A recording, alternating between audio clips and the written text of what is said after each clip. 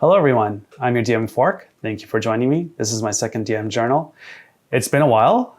Happy New Year. I hope the year has been going great for you.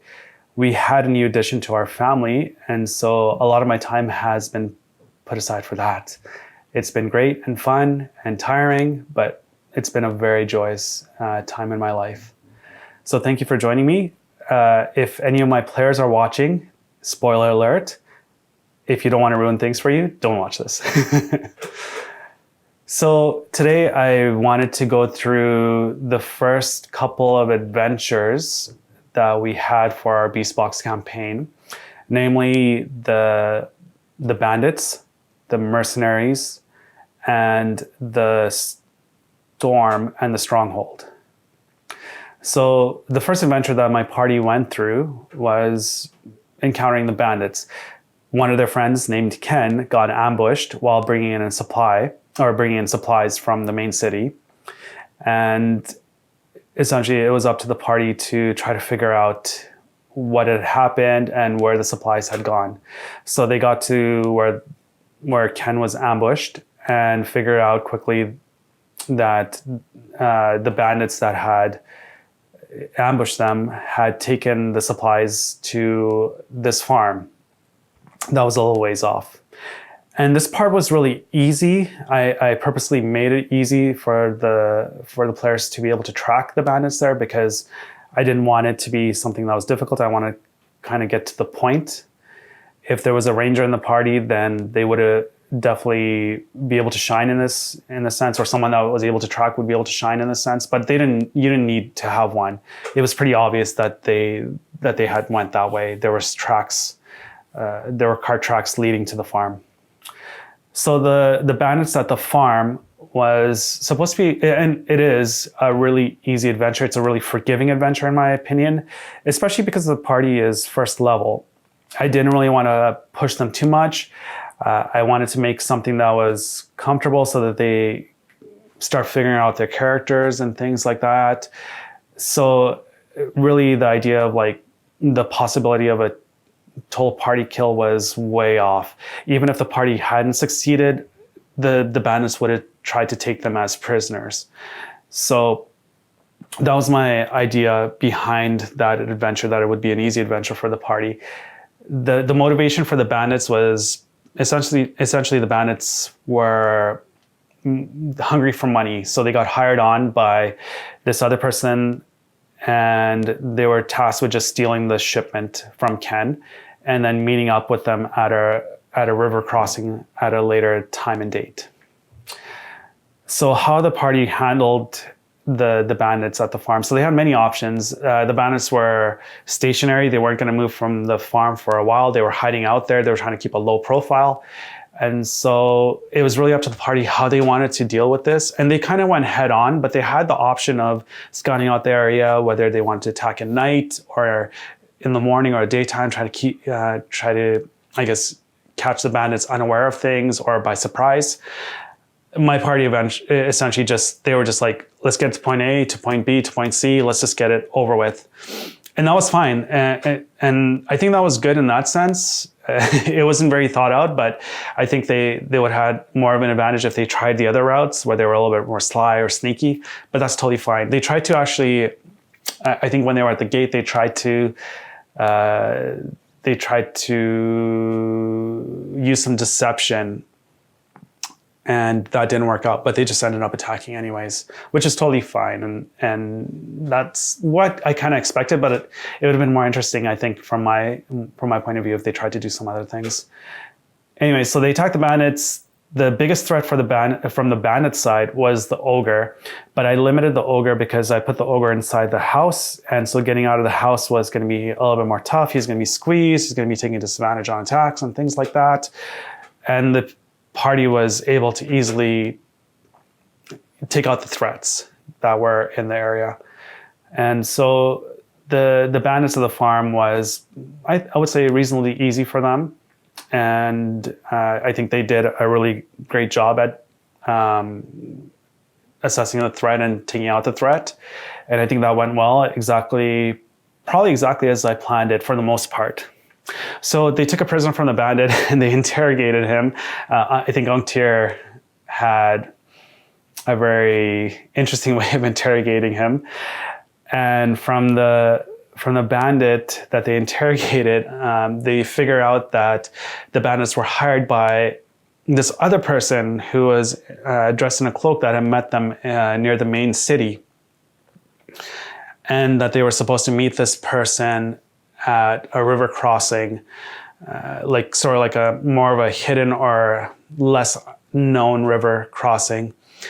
And so the party waits for a couple of days, and then they figure out that they have to go meet this person and confront this person and figure out why they had attacked, or why they had hired the bandits to attack Ken and steal the shipment.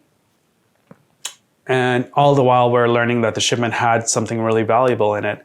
The valuable item being the Beast Box Manual, essentially a tome, a magical tome that gives you information on various creatures that reside in the region for beast coaches to know about and to catch and things like that.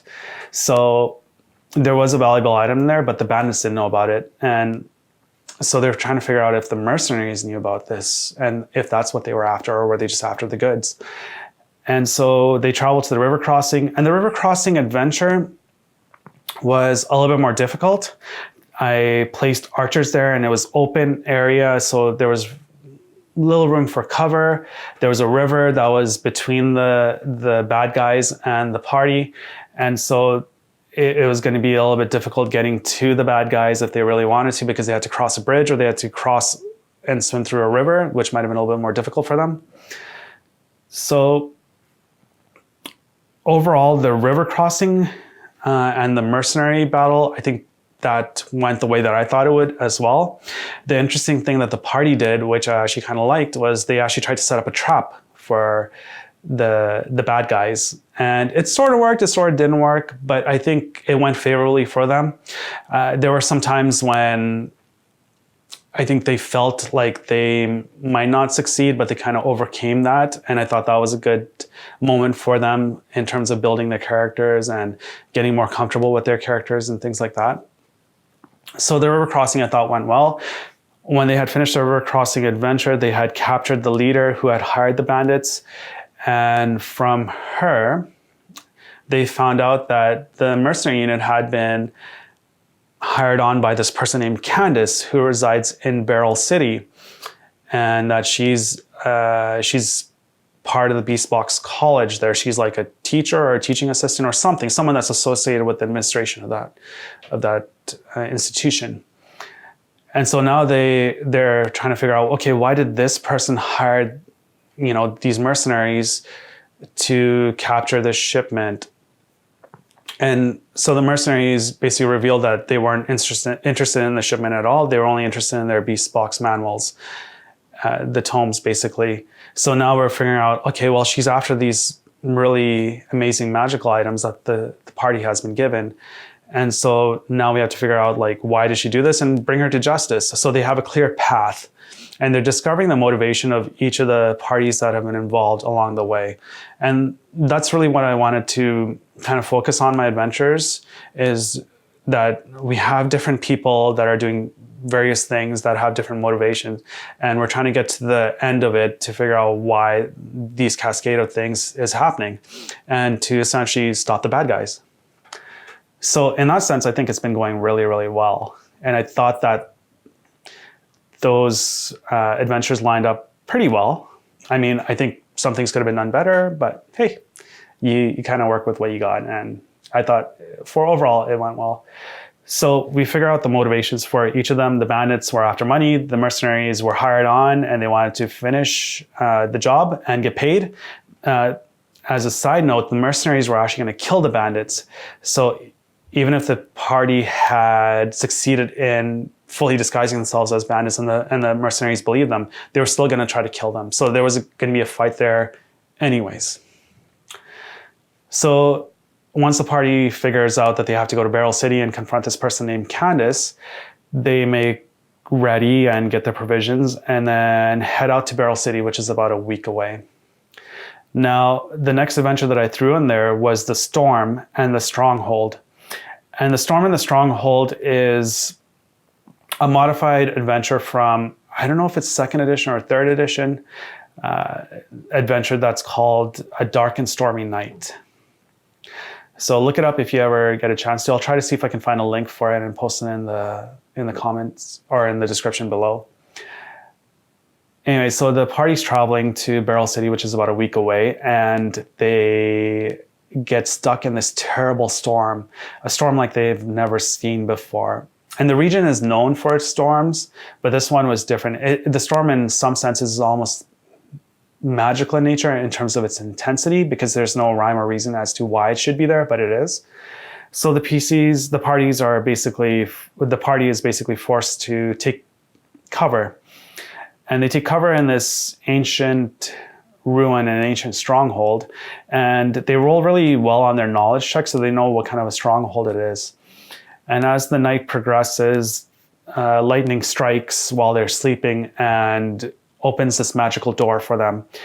And this magical door essentially leads to the rest of the stronghold, in which the party can go and explore. And so they have really nothing better to do during this storm. And without really a lot of motivation, they actually go in and explore. Some players might actually need motivation, but my players actually didn't. So that was kind of nice. So they went in and explored this stronghold. And essentially the main reason I put in this stronghold adventure and the storm adventure thing was to give the players another story arc, per se. So they have the secondary story arc right now, which is go and figure out what Candace is up to and bring her to justice, the evil person that hired the mercenaries and the bandits. We have the main storyline, which is essentially to become the greatest Beastbox coaches of their generation and to go and challenge the current champion and essentially become rulers of the region. So we have the primary and the secondary. And then here in the Storm and the Stronghold, I tried to introduce a third adventure that they could take, which is the Underdark Breach. And so they need to go find 3 items in order to open this gate or this teleportation device, which will lead them into the Underdark. And where they go from there, we'll kind of figure out as that, if they pursue that. But I'm not really too concerned about it until we cross that bridge. But they have an option of going into the Underdark now. And really, the main idea for me for this was that they just would have another option. And so as they're going from first level into second level and beyond, they're slowly getting more doors to open, more adventures to take, and things like that. So that was my idea behind it, and hopefully we'll see. Well, we'll see. We'll see if they pursue it. It'd be fun to do an Underdark adventure, I think. I haven't done one in a while as a DM.